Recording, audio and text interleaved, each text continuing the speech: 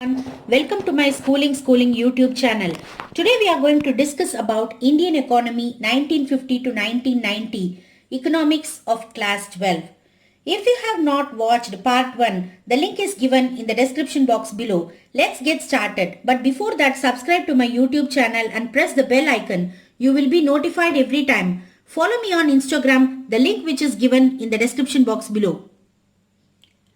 Today we are going to discuss about Indian economy 1950 to 1990 of economics class 12. Let us look at the topic agriculture. What is agriculture? The activities related to cultivation of land for producing crops is known as agriculture. Of course, India is an agricultural land, agricultural country, agrarian country. The importance of agriculture in Indian economy, it contributes more to GDP, it supplies wage goods, it generates more employment, industrial raw materials are being provided by the agriculture. Contribution to domestic and international trade, it is wealth for the nation. The problems related to Indian agriculture. Lack of permanent means of irrigation. Of course, we are monsoon dependent. Every time we have to look for the rains, there is no proper irrigation methods for us. Deficiency of finance. There is no way for generating money. Conventional outlook. Always the old traditional methods. No new technology has been formed. Small and scattered holding. Small farmers are more compared to the large farmers. So the lands are small and scattered. Lack of organized marketing system. Always there is an intermediate system. That is, the middlemen are involved. There is no proper marketing system. Now let us look at the reforms in Indian agriculture. Usage of HYV seeds or the high yield variety of seeds. It is also called as the miracle seeds. For one growth of seed, if you can have 3 growths. Usage of chemical fertilizers, scientific farm management practices, mechanized means of cultivation. Now let us look at land reforms. Abolition of intermediaries, that is the middlemen. You can even call it as the zamindari system. Regulation of rent, consolidation of holding, that is the smaller scattered pieces of lands are consolidated, made together as a large piece of land. Ceiling on land holding, that is the smaller holdings are consolidated together. A person particularly can have a particular amount of ceiling of land. For example, a zamindar can have only 100 acres of land or 50 acres of land. If we leave, what would happen? It would be consolidated in fewer hands. The rich people would be holding more lands than the small farmers. Cooperative farming. To put the prices in a proper way to avoid the middlemen, cooperative farming helps. General reforms taken. Expansion of irrigation facilities, provision of credit through small saving scheme or SHGs or the rural helping of credit, regulated market, price support policy by the government, minimum support price. Now let us look at marketable surplus. What is marketable surplus?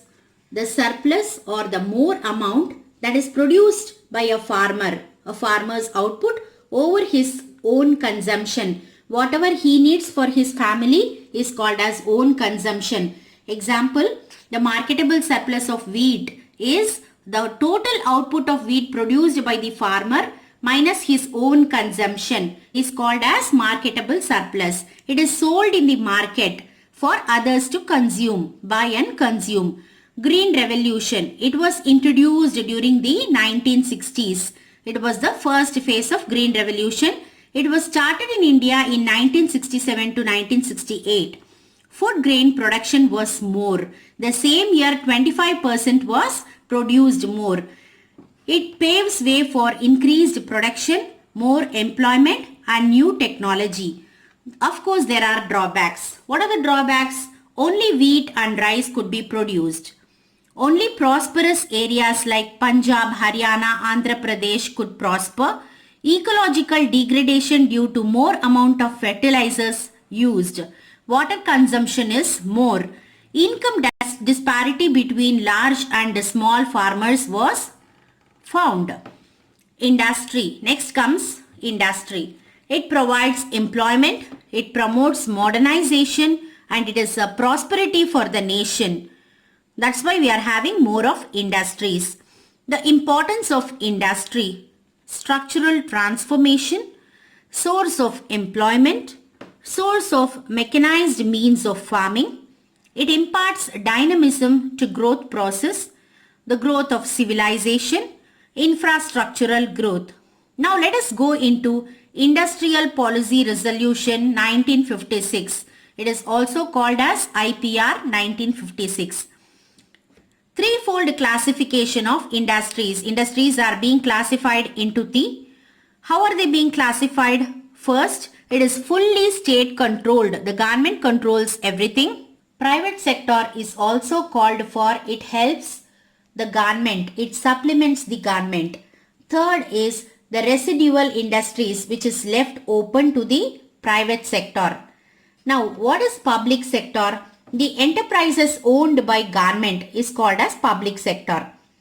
The role of public sector: lack of capital, development of infrastructure, it promotes backward areas, it promotes import substitution. Industrial licensing.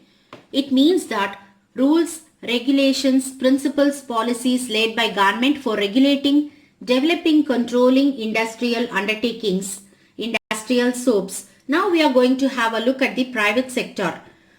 Secondary role in process of industrialization.